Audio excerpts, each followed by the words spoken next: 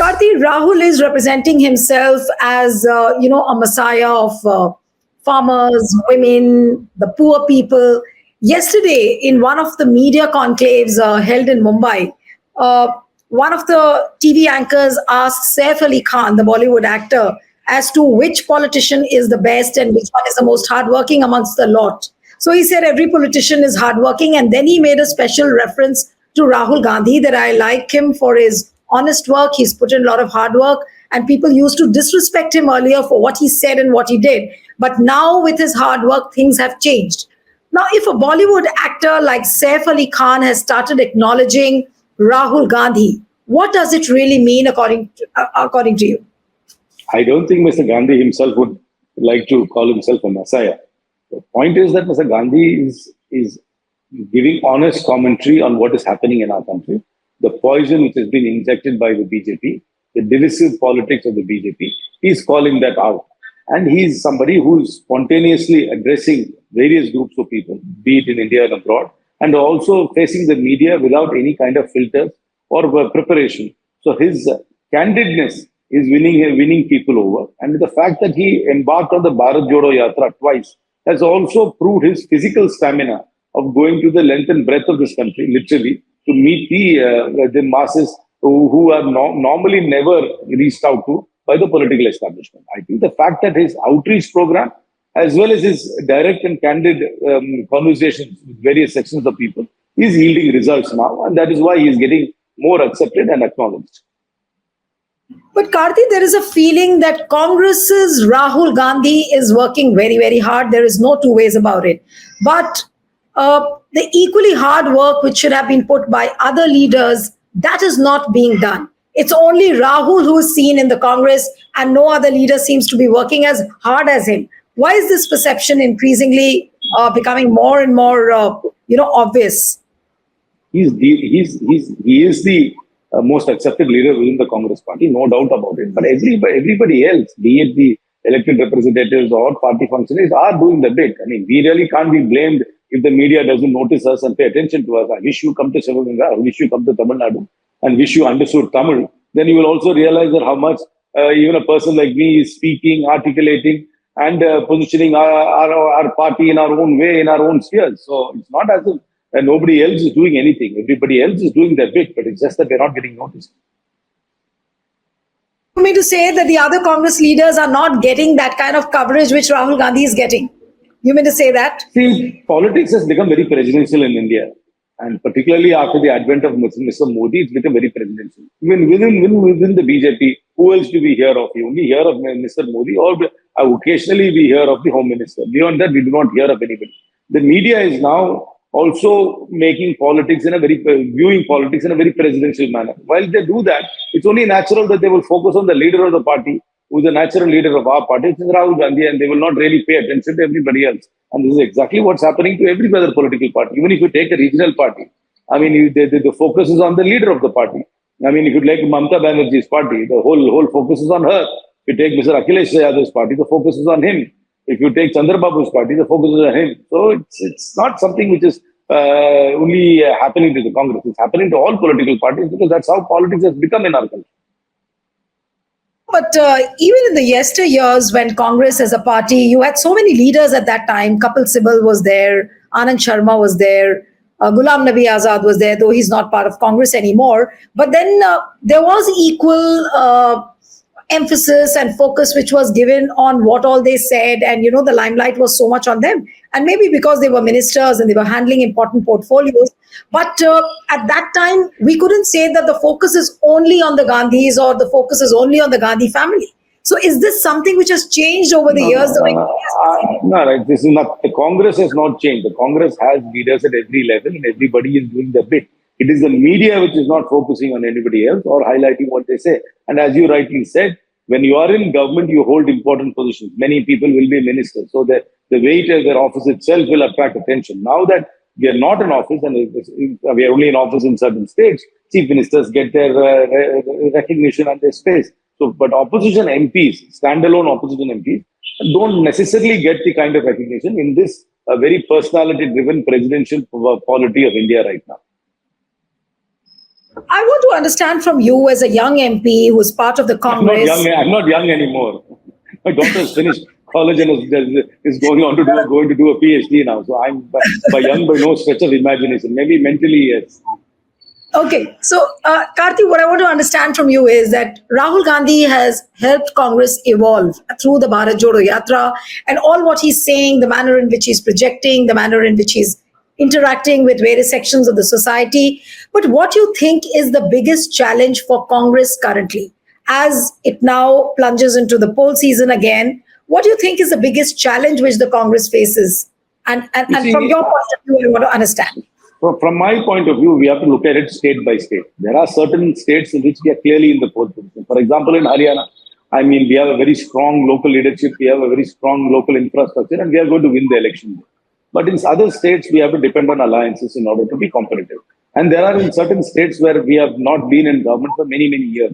In fact, in states like Uttar Pradesh, in Bengal, in Tamil Nadu, in Tamil Nadu, we have not been in office since 1967.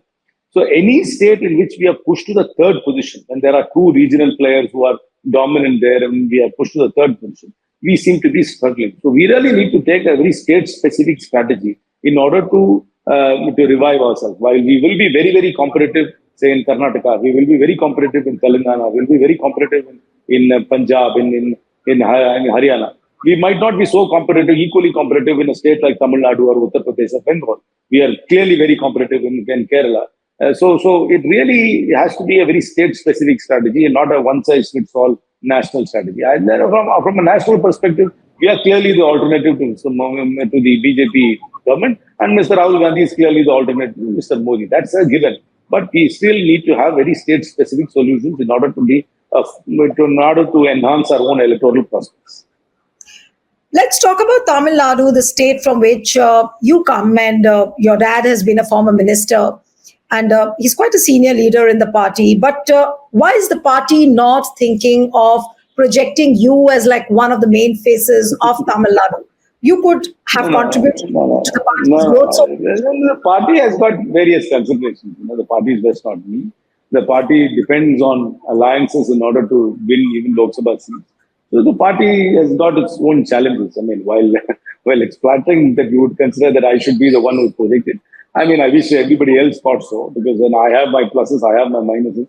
So I'm not. I mean, I'm a bit outspoken at times. So maybe this is not what they want at this moment. so you are saying that many times you are politically incorrect for the party? I'm not incorrect for the party. I'm a plain speaker, and sometimes because of the strength of the party, we are very dependent on alliances to win. I mean, I win my own seat only because of an alliance, and so does everybody else in the Congress. So And if I may ask, right, if I may ask you very we need to clearly have a priority. What is going to be a priority? We need to, at the moment, we seem to be satisfied being a reasonably smaller ally of a large formation.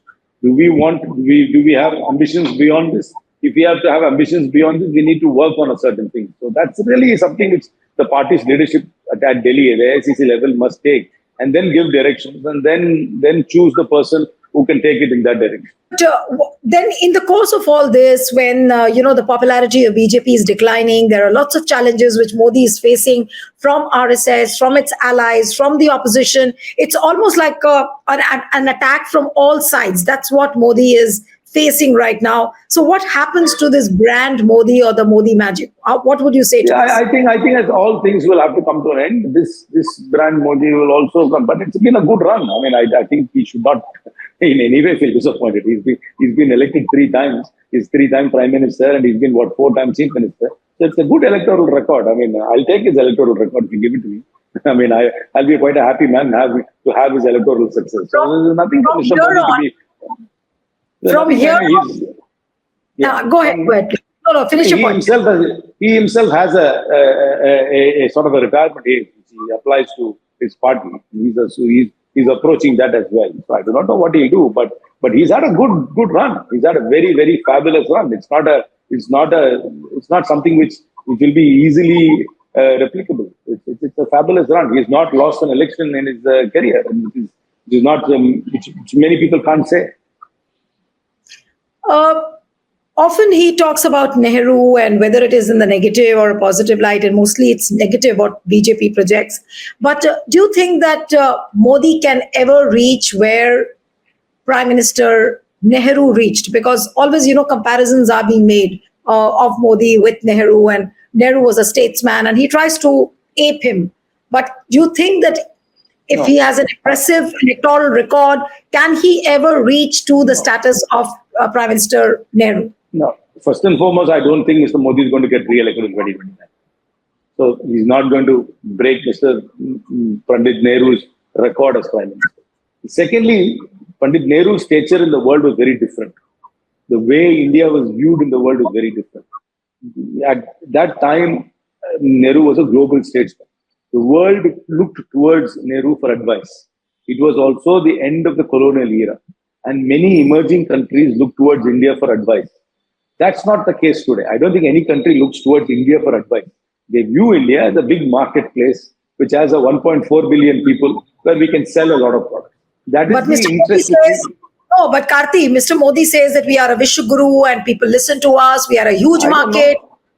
I know we are a huge market. I completely accept that. We are a huge market for every product. We are 1.4 How billion does the people. world, how does the world view Narendra Modi as a prime minister, I according don't to think you? the world pays attention to him at all. I think it's an Indian media which thinks the world is paying attention.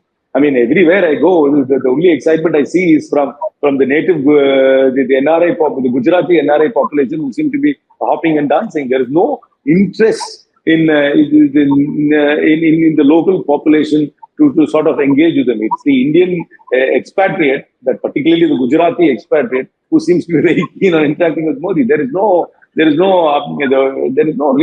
uptake or urge for the world to engage with some Modi as some sort of an extraordinary global figure. No, but he tries to project himself as someone who's very, very extraordinary, who's done something which for the country which has not happened in the last 70 years. So, what would you say to these claims of Prime Minister Modi? He's a great propagandist and he's a great marketeer to his market. But I think that marketing slogan is also wearing off, and people are seeing the reality of it all. The biggest crisis in India is unemployment. If you're a young, educated graduate, it's very, very difficult to get a job. It's simply impossible to get a job. That is the crisis in India. So, I mean, I guess we are a large market, and because of the kinetic energy India generates because of its population and its latent demand, certain things will work. But it does not mean it's working for everybody in an egalitarian manner, and development and the progress of India has percolated to every level. That's not the case. I represent a rural constituency. I see the distress which is there at various levels in society.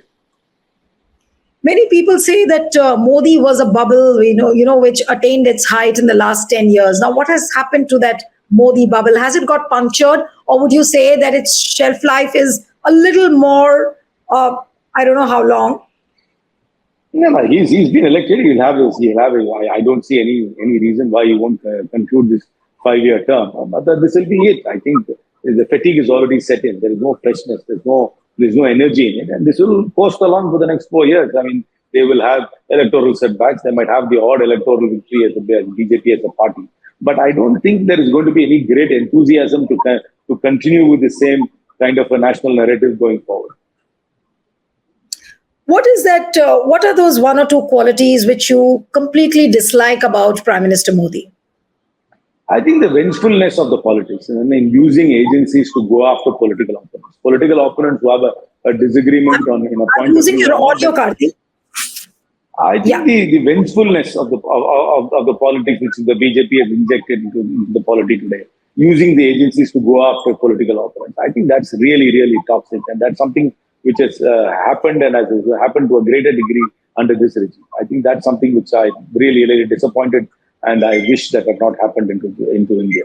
But the manner in which ED officers have been acting, and especially in the PMLA cases, court has come down heavily, and various high courts also have made a very strong commentary on the manner in which ED officers have conducted themselves.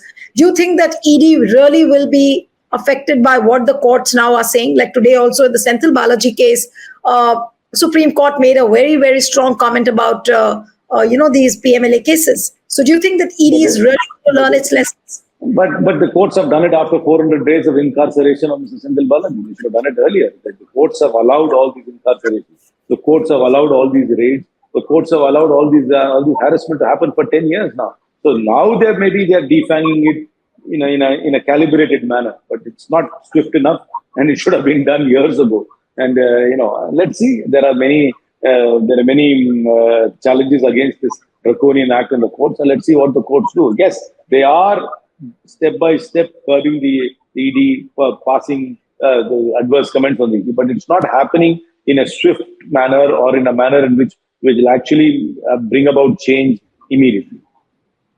But do you think that ED, or for that matter, any enforcement agency, is still living in an illusory world where they thought that Modi had a mandate and a brute mandate, but they still haven't come to terms with the new mandate, and which is why they are still going after people?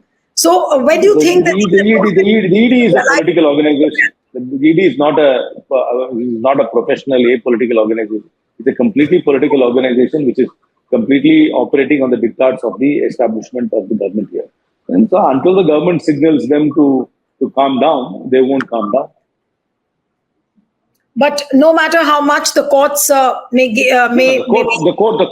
courts can really shut them down. But whether the courts will shut them down in one go or in a calibrated manner, I don't know. But the point is, the ED's behavior stems from the patronage and the signals they get from the executive. If the executive decides to curb the ED, they can curb the ED. But will they? I doubt it. They still use the ED as a political hatchet. And that is the favorite political hatchet of this regime. Stay ahead with our cutting-edge news app. Instantly access the latest shorts in just 1 minute and breaking news in just 50 words. Download now for a smarter, faster news experience.